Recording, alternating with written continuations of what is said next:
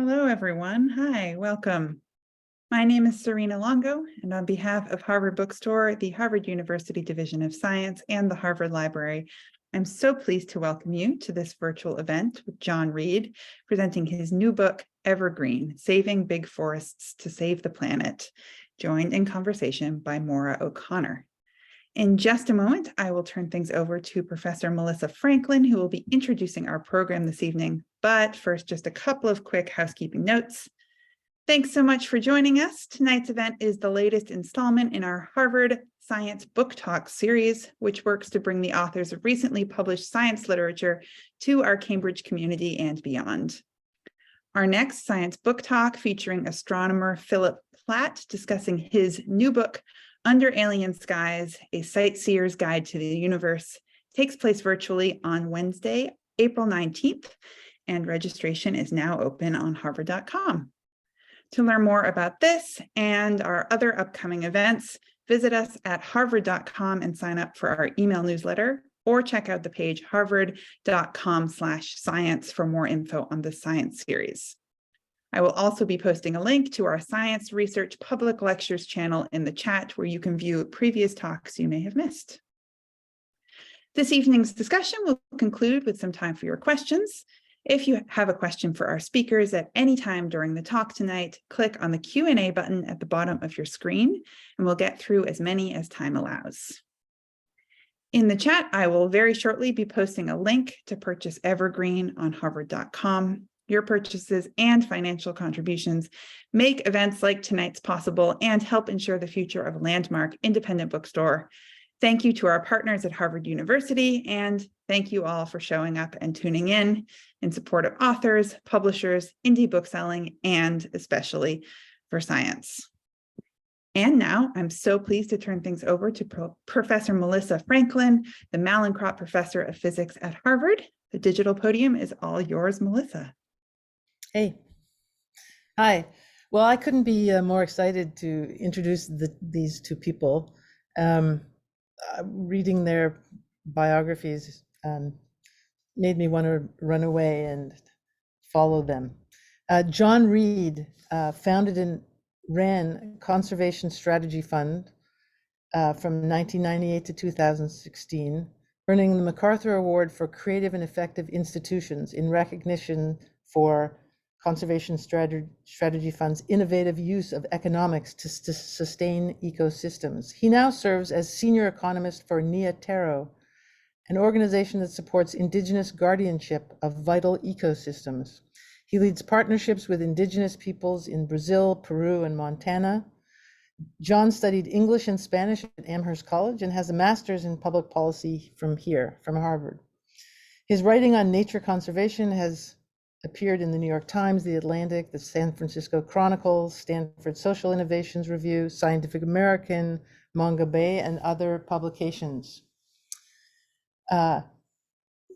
He wrote this book with a co-author, and the co-author, Thomas Lovejoy, until his death in December 2021, served as senior fellow at United Nations Foundation and university professor in the Department of Environmental Science and Policy at George Mason University.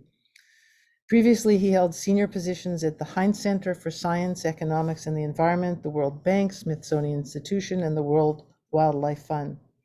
Tom served on science and environmental councils under the Reagan, Bush, and Clinton administrations. He received his undergraduate and doctoral degrees in biology from Yale University.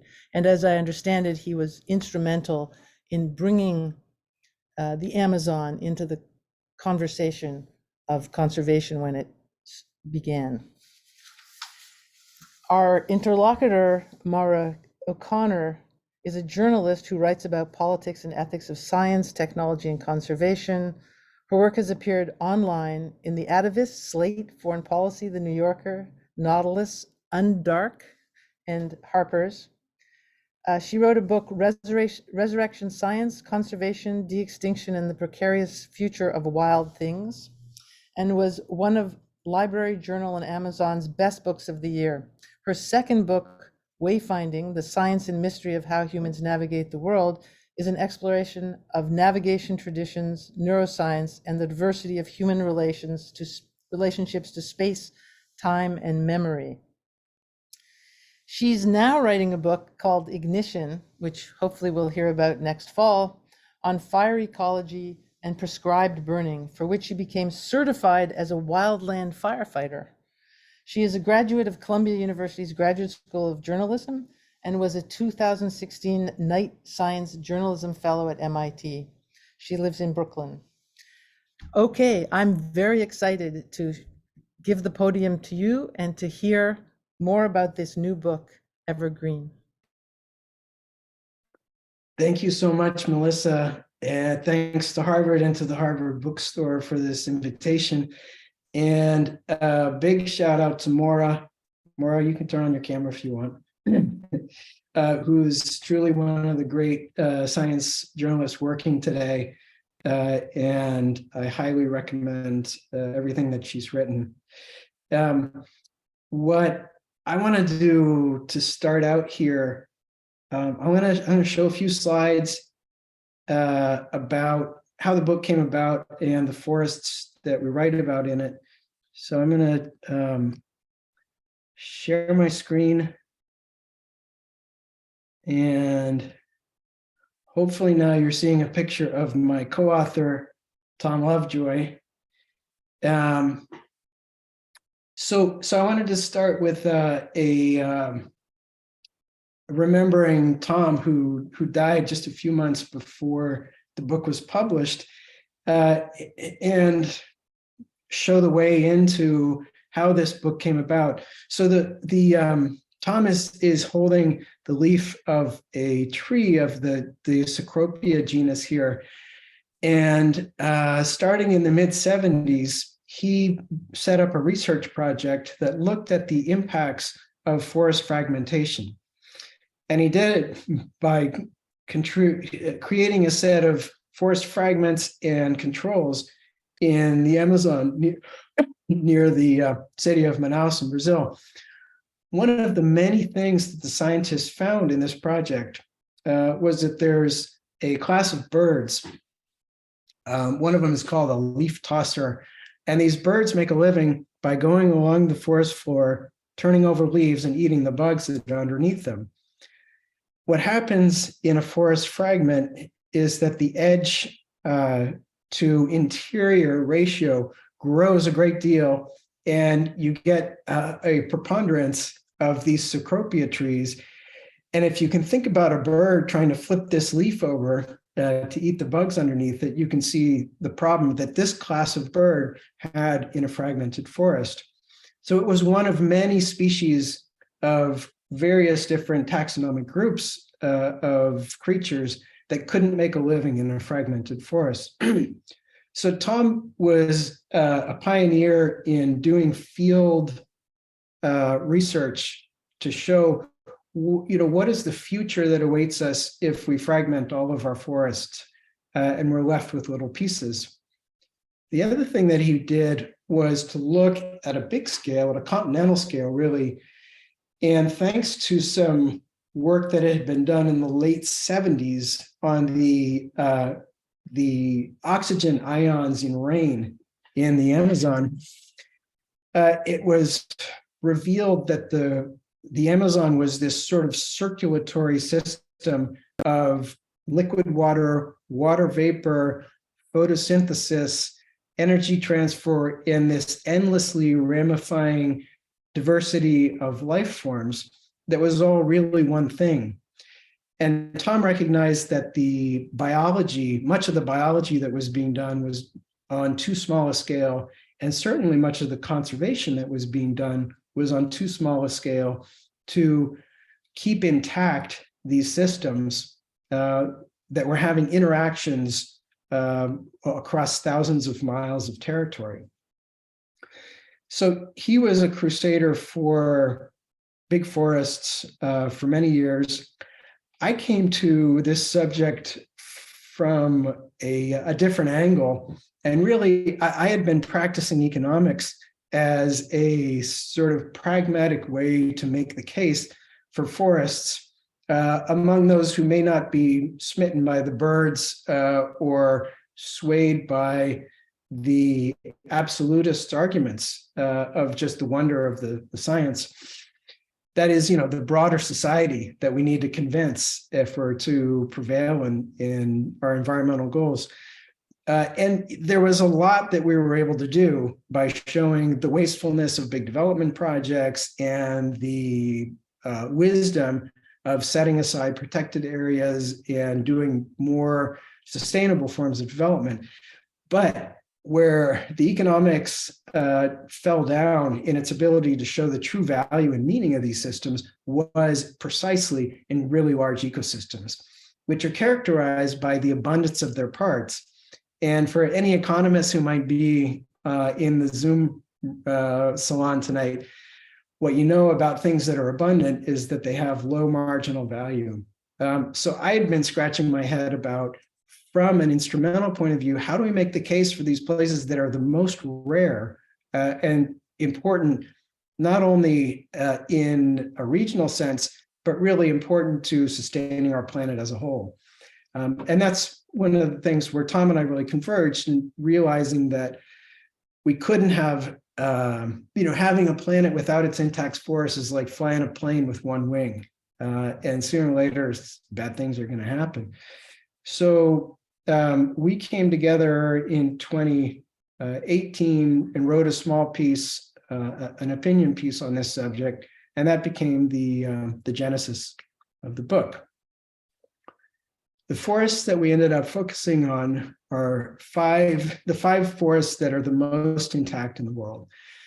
Two of them are boreal forests, you can see on this map, in North America and in Russia, and three of them are tropical, the Amazon, the Congo, and the island of New Guinea, and its near outlying islands. And I just want to, before we get into the Q&A, give you a little quick tour with an image or two from each one of these places. So this is the boreal forest of Canada, and it's a spruce-dominated forest. This particular spot is in the Yukon. This is an image from the Sayan Mountains in south-central Siberia in the Russian Federation, in territory that's the traditional homeland of the Buryat Mongol people. This is now to the tropics, an amazing, just super intact part of the Western Congo. This is a Western lowland gorilla here. It's munching on this incredible octagonal fruit from this huge tree, the Dubosia tree behind it. And it's one of the few places that all of these parts, animal and plant, of these ecosystems are working. And it's not just animal and plant, but it's people too. And that's something that we make a big point of in the book. A lot of the book is about people. The chap that's in this image is from a category of cultures that we know as pygmy, but it's a dozen different peoples with specific names. This guy is from the Aka culture in the Western Congo, and these cultures, the Aka and the other pygmy cultures, nobody knows how long they've been in the Congo, but it's somewhere between 30,000 and 60,000 years. So they've had time to get to know the forest and are still the day-to-day guides, navigators, guardians, spiritual intermediaries of these forests. So to New Guinea now. New Guinea is a bird watcher's paradise. This is a kingbird of paradise that the guy in the photo, as we were walking along at night, actually just went over to a tree and jumped up and caught this bird, napping as it was. And the biodiversity of New Guinea is particularly rich at the species level because of its separation from everything else on the Australian tectonic plate. And birds of paradise are one example, but there are many. It's rich in orchids and ferns and many other taxa. 39 of the 42 species of birds in paradise are in New Guinea. And it's also the world's epicenter of linguistic diversity. So the man holding the bird speaks a language called Abun. Abun is an isolate, which is a linguistic term meaning that nobody can figure out any other language that is related to it. So it's like Basque, which can't be related by linguists to anything else. New Guinea has dozens of linguistic isolates and more than 1,000 languages overall. And one of the things that we spend time on in the book is this connection between the diversity of human beings, the diversity of their thought and language and way of being in the world that is correlated if you overlay that map of linguistic diversity on the map of the intact forest. They match remarkably. So for our last image here, we're back to the Amazon. And this is an image from the indigenous territory I just spent the last month in. And it's a Samauma tree. And these trees are called mother trees by cultures in that forest. For one, because they're very, very big trees. They're the biggest tree in the forest. And also you can kind of make out in this image, but this tree is fruiting and it's absolutely covered with fruit, which feed so many different species that it's thought of as sort of the nutritional mother of the fauna in this forest.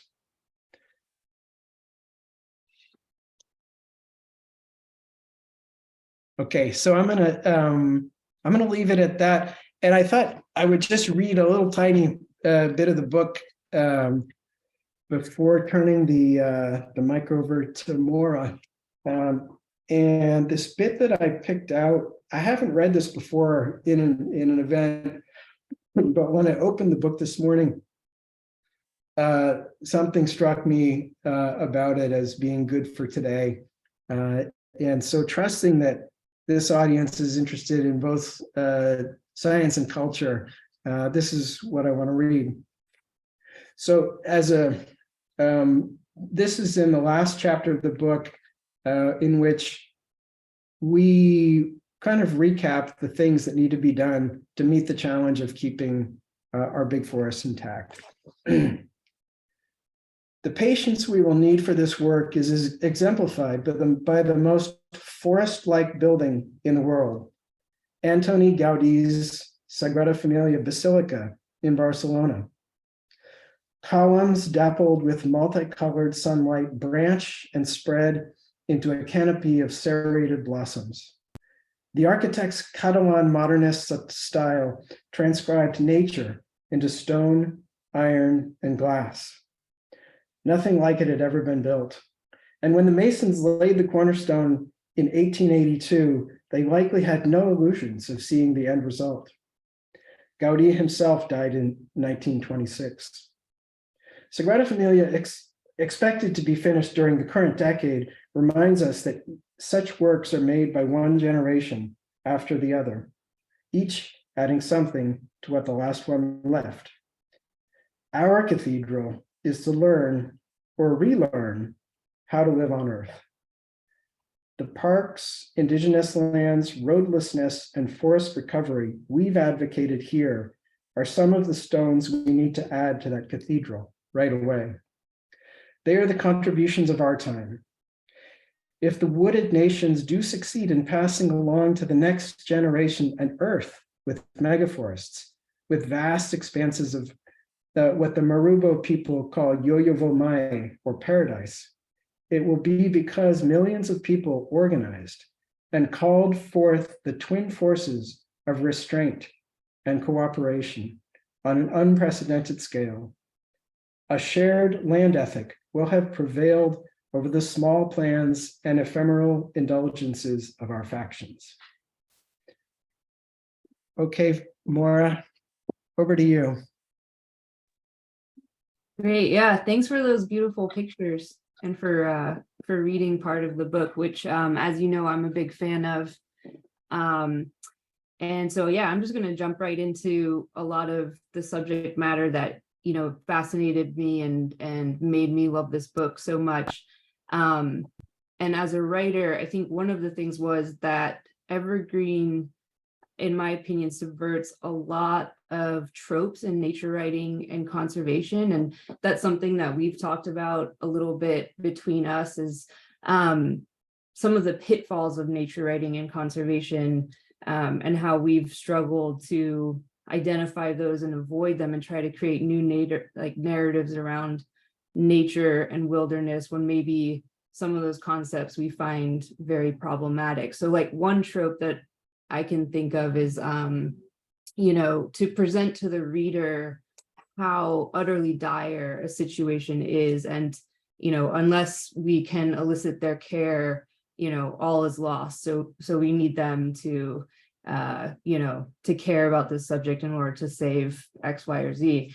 And like when you open Evergreen, it's like a wildly hopeful book. Like you actually, in places, it like took me aback, the picture that you and Lovejoy presented to the reader of this sense of possibility, that in fact, perhaps more than most people realize, there are these vast laws of forest that are intact. It's quite powerful, and I wondered how much in the conception of the book you and him intentionally wanted to present, I don't know if you would call it hope or optimism, but not the typical narrative, to present readers with a different way of looking at this problem and what we need to do. Yeah, thanks for that question. It was never a strategy of ours. And I think Tom and Tom was, and I am, we're happy people. And we are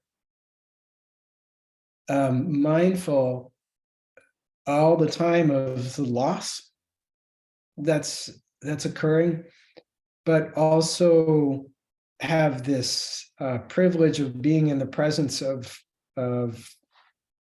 the sort of awe-inspiring natural world. And one of the things we wanted to do in this book was, it's kind of like we didn't want people to wheel grandpa off to the mortuary before he's dead. And we wanted to say, hey, this stuff is still out there.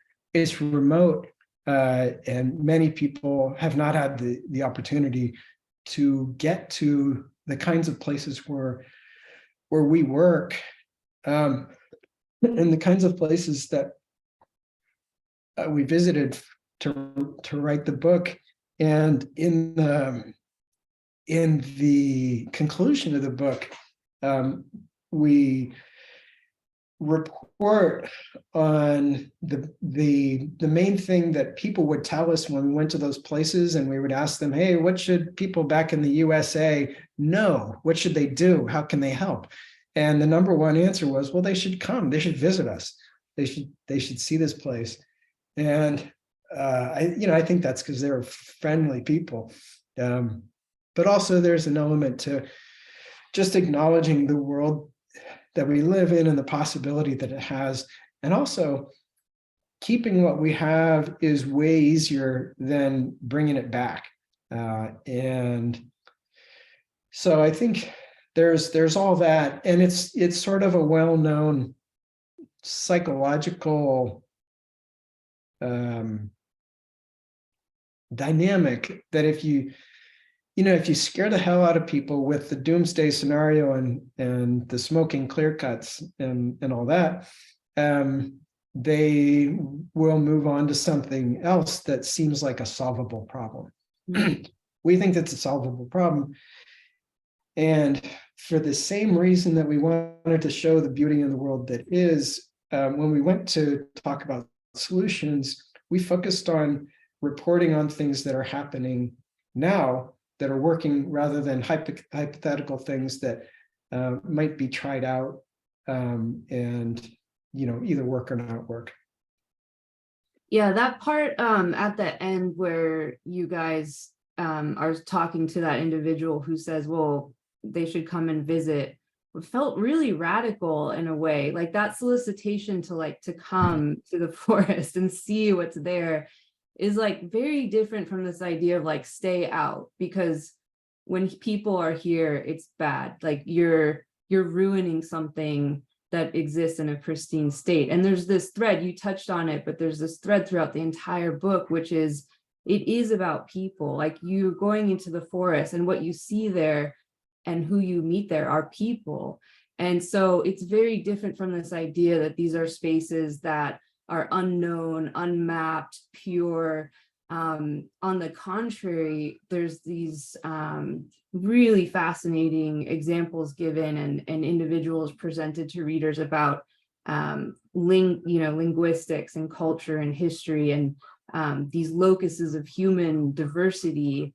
And so even that feels kind of radical within this like genre to me of nature and conservation writing, where we actually need people, I would argue, based on my reading of Evergreen, in order to accomplish this task. It's not about keeping people out, it's about forests with people in them and that relationship that has evolved over 60,000 years potentially. So yeah, I mean, I assume that was very intentional.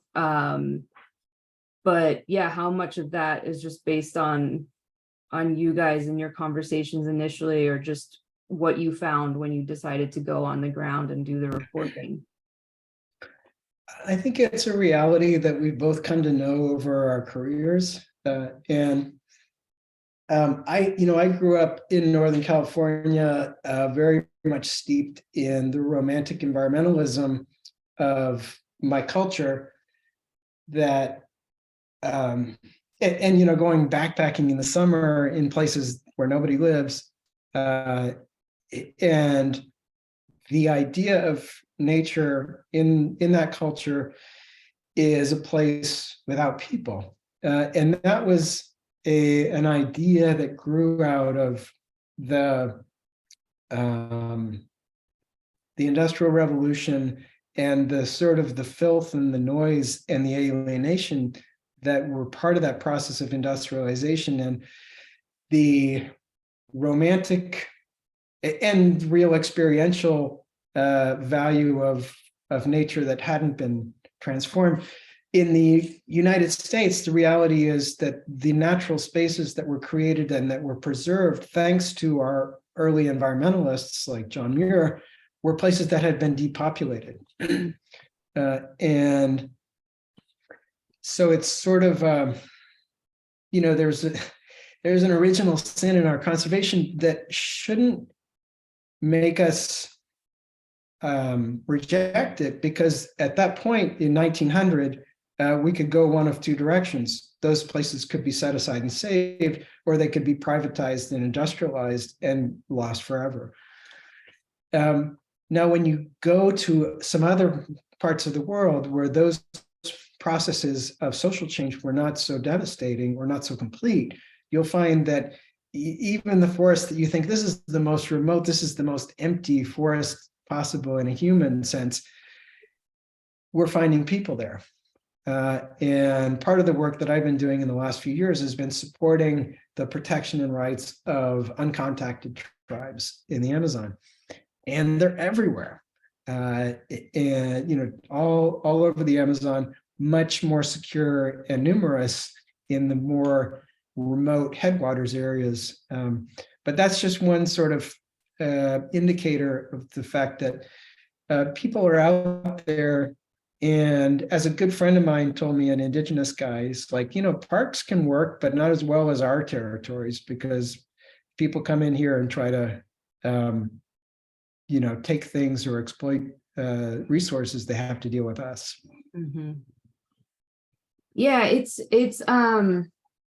I'd love to hear you speak a little bit more about some of the people and communities that you have been working amidst and learning from.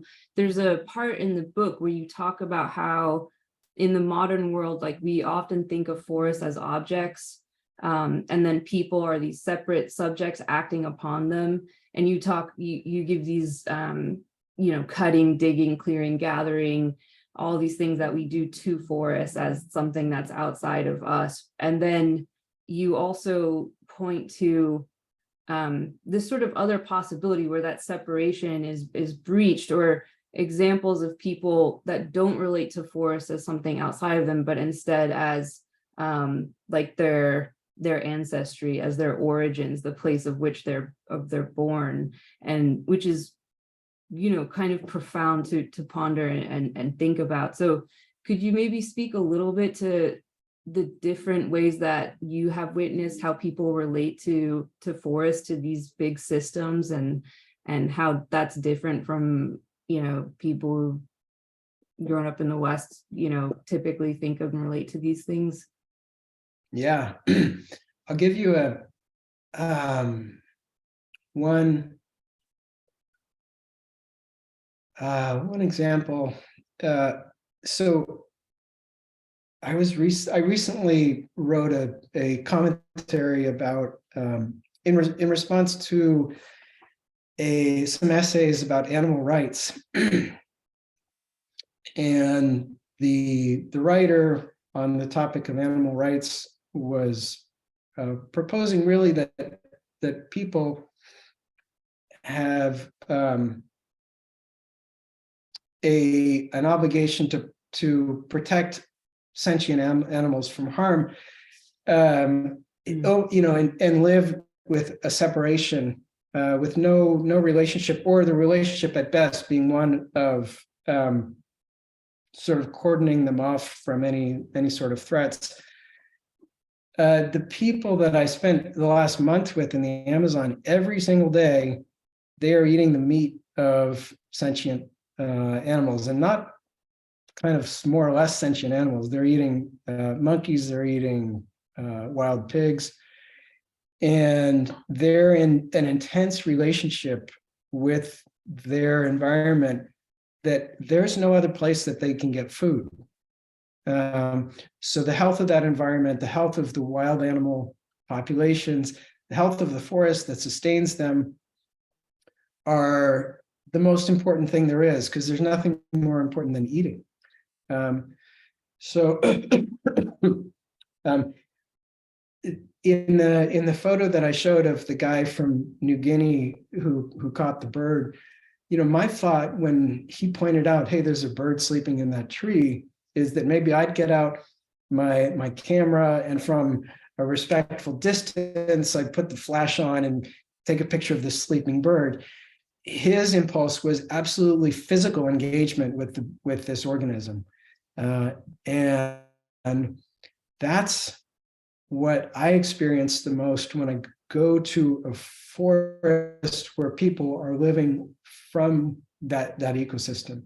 That it's engagement on a physical level and on a spiritual level, and in a sense, the physical and the spiritual converge in that actual physical survival is the most spiritual experience that a person can have.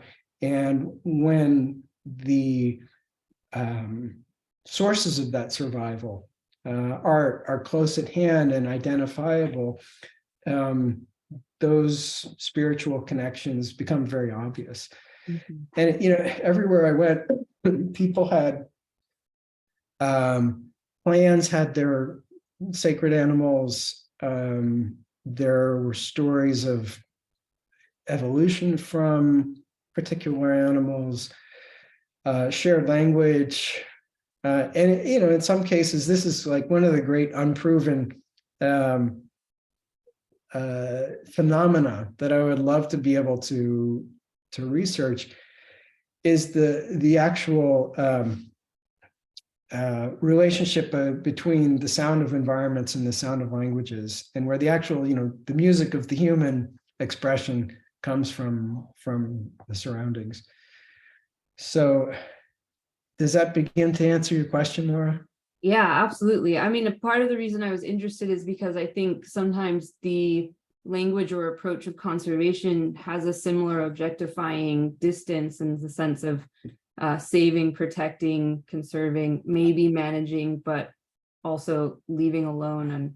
And we're getting some questions coming in about, looking at the specifics of how you would begin to ensure that these intact forested places aren't, the focus of the level of industrial extraction that have devastated other ecosystems, and what that actually looks like. So on the one hand, in Evergreen, are you kind of promoting the idea of leaving alone, or more, can you get into more specific policy prescriptions after going to these places that you think can kind of apply to them broadly? And what would maybe like one or two of those be after your experiences? We had three main recommendations. One of them is to acknowledge and reinforce the rights of indigenous peoples to their ancestral territories. This has been remarkably successful in Brazil, where there's over 250 million acres of designated indigenous lands. And the data show that these lands have lower levels of deforestation by a factor of 6 compared to traditional protected areas, and by a factor of 36 compared to undesignated or private lands. And that's not to romanticize indigenous people. They're people with complex societies that have even more complex interactions with the modern world, but are rooted in places where generations going way back of their people have been there and have connections to place that just make things work out better for the ecosystems. The second thing that we recommend is traditional protected areas. This has been, where you've had, washes of history and colonialism, and in the old world, other forms of power struggles. The innovation of protected areas, which really came out of both Russia and the United States at around the turn of the 20th century, has been successful. And it is a good response to the historical reality of these ecosystems. And there's a whole lot of fine tuning that can be done with different categories of protected areas that allow certain activities and not others. And it's, in December, the nations of the world signed on to a new version of the Convention on Biological Diversity that calls for almost doubling the area under protection by 2030. Hundreds of millions of people live in those areas. So very careful work has to be done on integrating the protection into the social realities of those places, or else it won't work. But that's the second of our recommendations, is we are definitely pro protected area done intelligently. Right. The third main recommendation that we put in the book is to keep roads out of intact forests. So roads are the death knell of integrity of forests, and are usually financially and economically losers as well, but get built for political reasons. We saw in tropical forests, they have a certain dynamic that leads to a lot of deforestation or hunting. In the boreal forest, the fragmentation from roads also leads to overhunting, and even some dynamics between, for example, wolves and caribou that throw those relationships out of balance. So that's the third one. We do talk about carbon markets, and we do talk about reforestation in the book, and we give a good treatment of those. I think those, however, didn't make it into the top tier, as it were. A subset of a question about specific policies and such was what agencies are best equipped to be successfully carrying those policies forward. And so, I mean, you come from, I mean, you're been in that world for a long time, so I expect you have an opinion about who you think the most powerful actors are in order to actually implement those. What have you seen, and what do you think, who's going to take that forward going, into the future? Yeah. So the most important actors are the national governments of the countries that still hold these places, which could be worrying to a lot of our audience members. What I saw over the 4 years of the Bolsonaro administration in Brazil is that there's a lot of damage that gets done, and the sort of safety net is comprised of the nonprofit organizations, and in Brazil's case, the indigenous organizations that are working the judicial system to force the executive and corrupted legislative branches to comply with the country's constitution. So in other cases, the judiciary may have gone south, so to speak, and there's another branch of government that's still doing its job. But we need social movements to hold things together when the governments go off in unproductive directions. The other, in terms of other actors, the countries that have done a whole lot of emitting of carbon emissions and have great financial wealth have a role to play in financing the work of forest conservation. It's not free, but it is fairly inexpensive. It is in our country and in most others bumped way down on the list of government spending priorities. And we talk about the exemplary work that Norway has done over the last decade and a half to finance forest conservation in tropical countries. Norway is, I can't remember exactly the numbers, but it's maybe the 25th largest economy in the world, and it produces oil. So some of this is conscience money, but it's nowhere near the top of that list either. And yet they're putting incredible resources into tropical forest conservation. So I'd say that's another category of agency that's important in getting this work done. Yeah, I just want to encourage anybody who's watching to throw their questions in this Q&A box if they have them. I think we have about 15 minutes left, so now would be the time if there's something you really want to ask. I wanted to put out there that some of what I think sort of the average person hears a lot about these days is people in South America and in Africa and other places too, who are fighting for the protection of these places with like enormous risk to themselves. And I know you yourself have had, personal loss over the last year from people who have,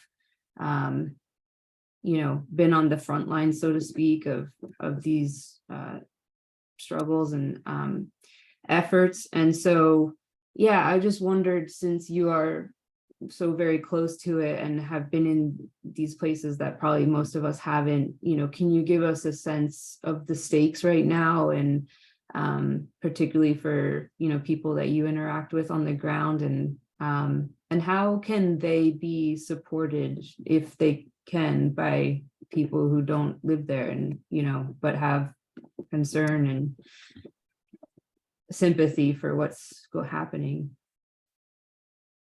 Yeah. I don't know if I have an answer for all of your questions. They're all good. But they're not, there aren't easy answers. And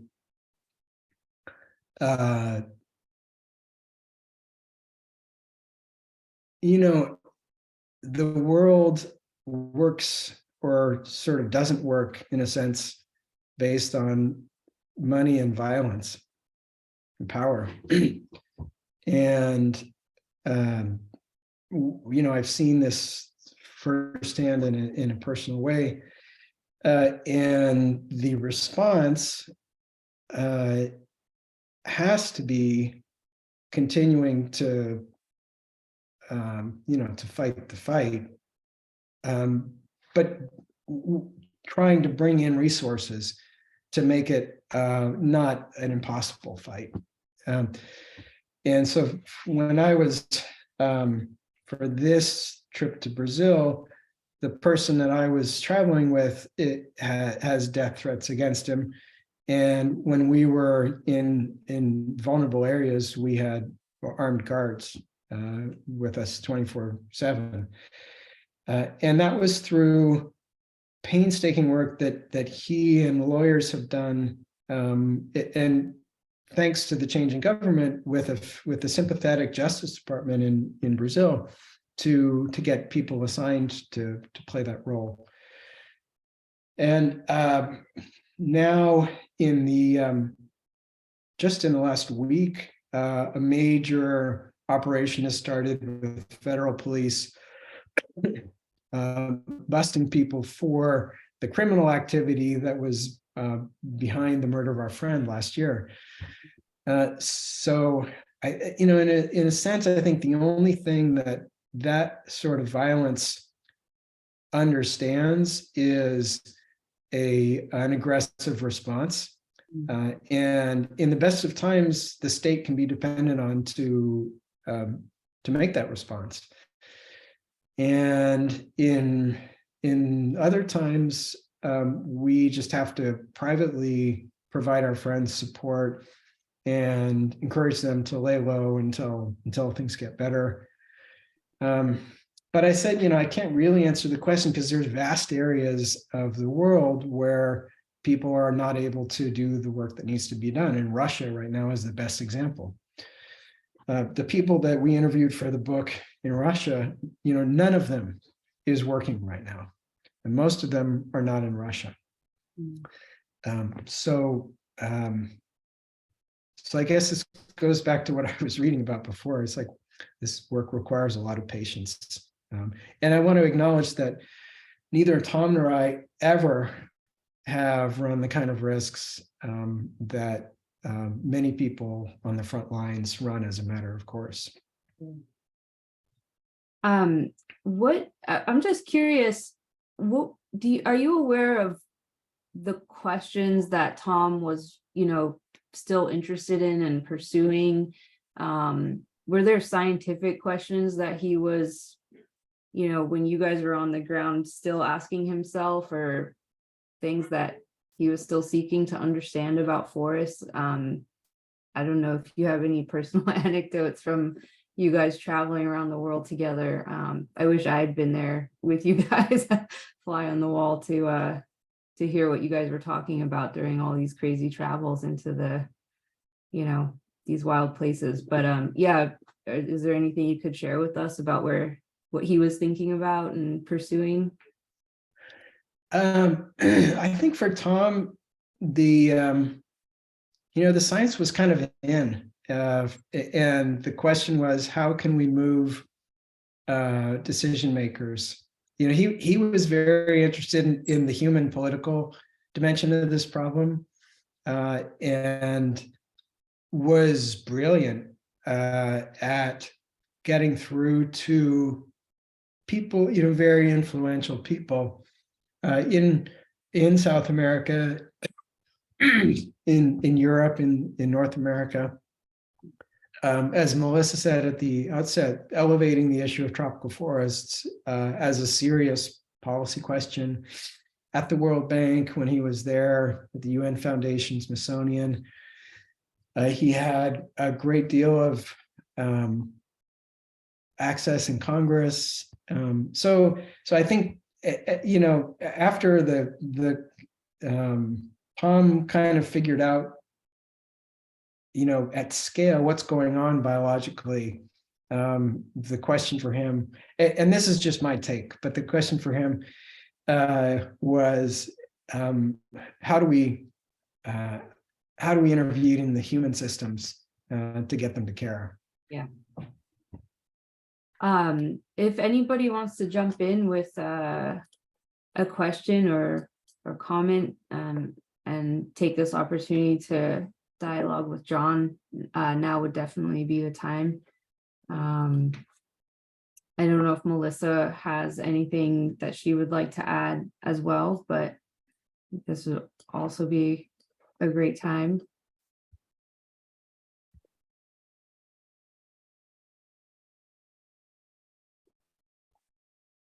Hi. Can you hear me? We can hear you, but we can't see you. Yep. Oh, well, that's good. Actually, you know, there was I read a review of this book in which it said, let me find it. I want to find the review because it was so good. The review said, I can't count the number of times I've watched Shark Tank and smacked myself in the forehead when someone successfully pitches an idea so simple that I get mad at myself for not making millions by thinking of it first. Reading Evergreen, Saving Big Forests to Save the Planet, caused me the same self-flagellation, but at a more existential level. Failing to conceive of a basic solution to an insignificant consumer problem pales in comparison to failing to see the forest for the trees. In Evergreen, authors John Reid and Thomas Lovejoy proffer a cure for combating climate change that's so elementary, it's shocking. We as a society haven't done it already. Leave the world's 5 biggest forests alone.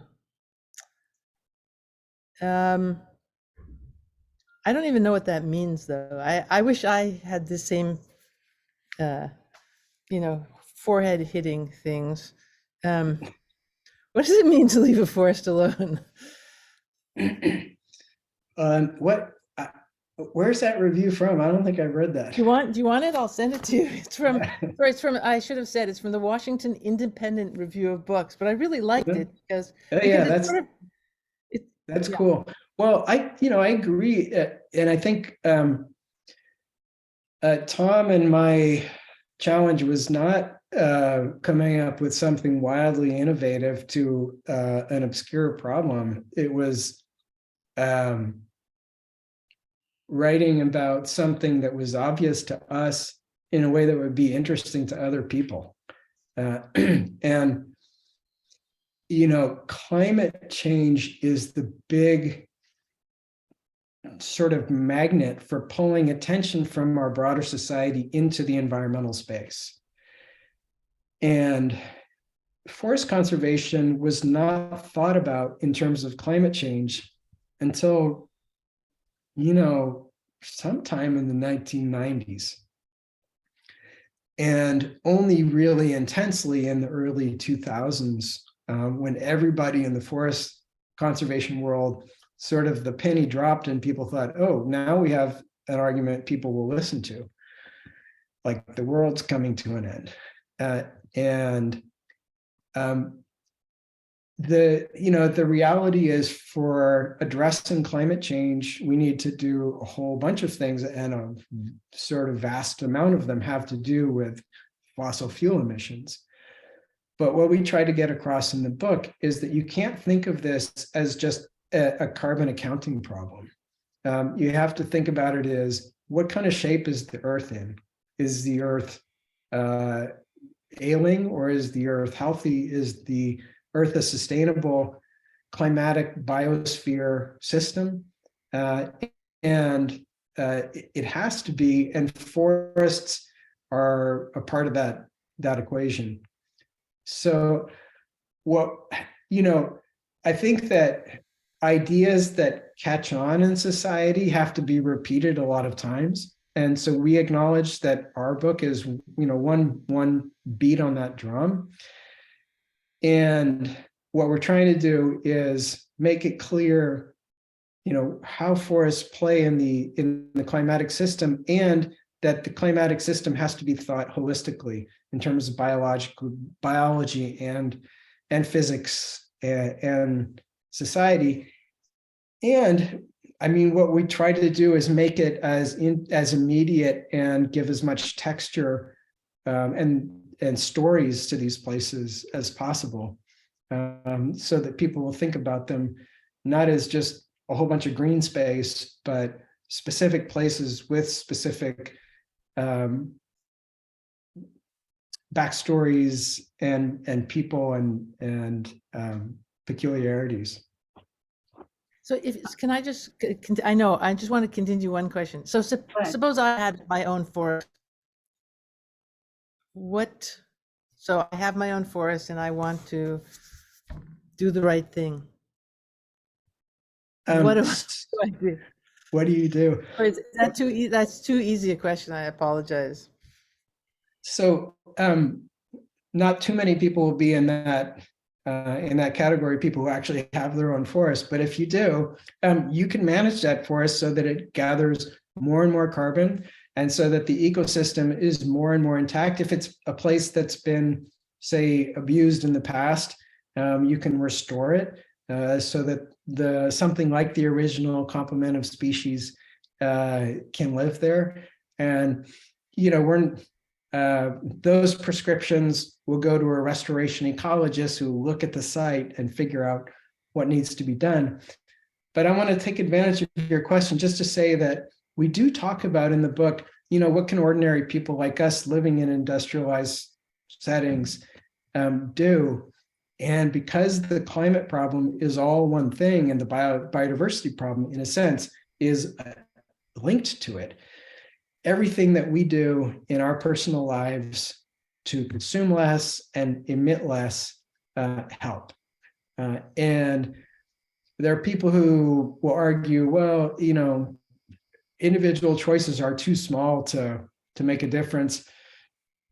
But individual choices and corporate choices are linked, and they both have to change.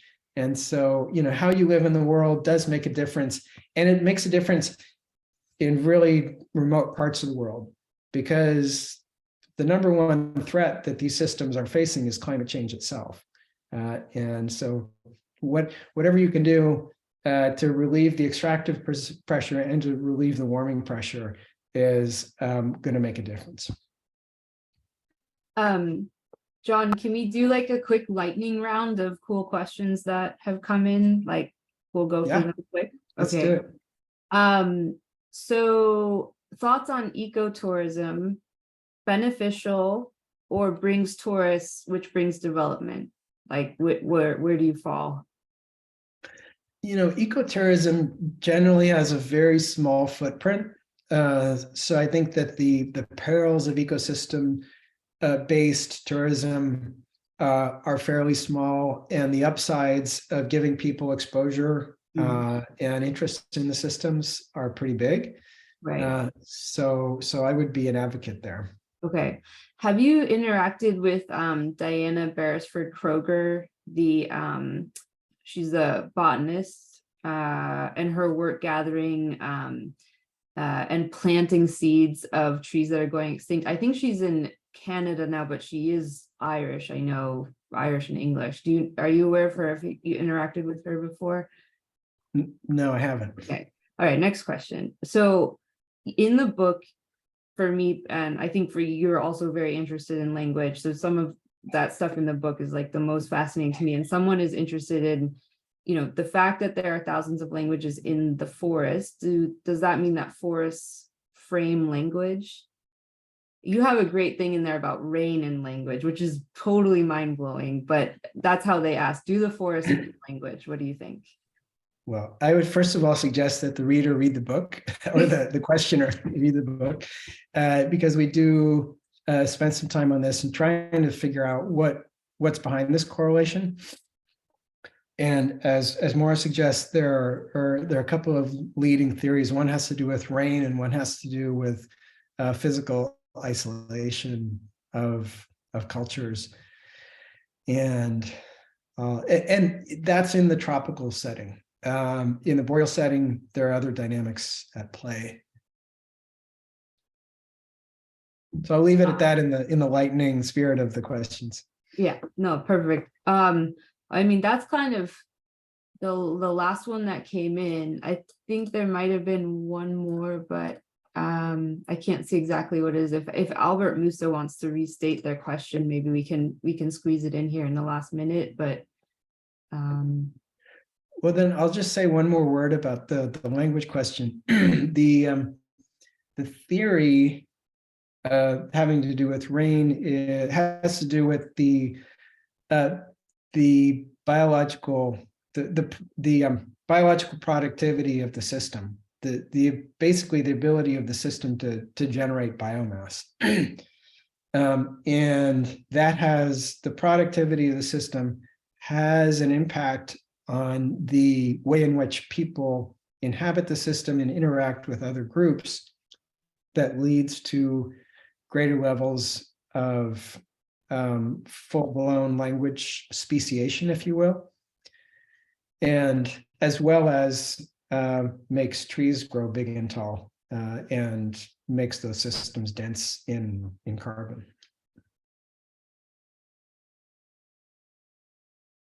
Okay, so this question, the last one that's come in,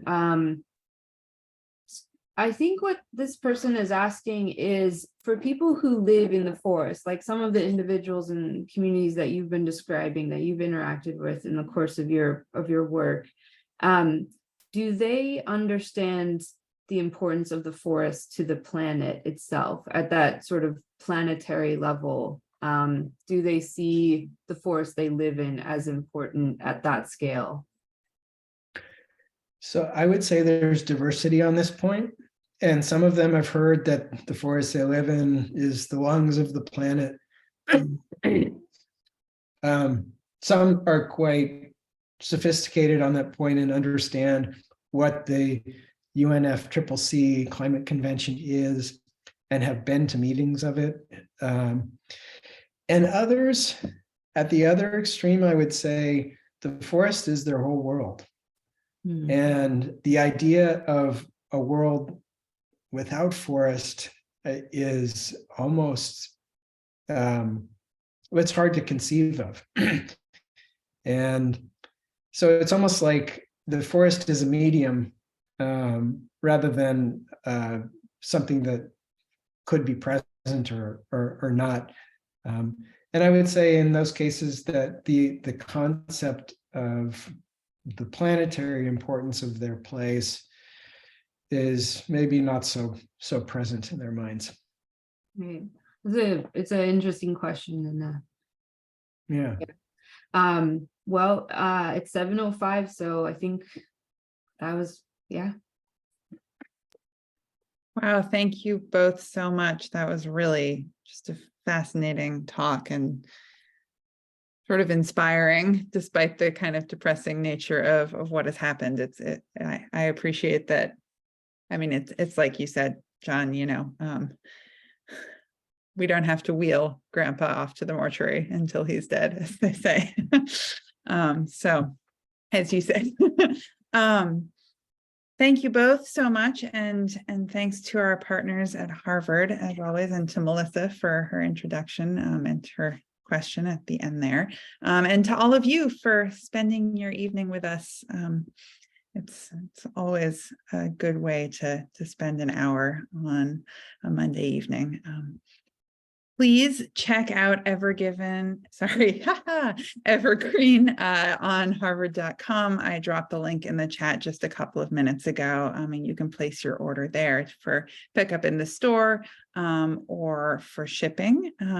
And on behalf of Harvard Bookstore, the Harvard Division of Science, the Harvard Library, all here in Cambridge, Massachusetts. Enjoy the rest of your evening. Keep reading, keep learning, and be well. Thank you all. Thank you.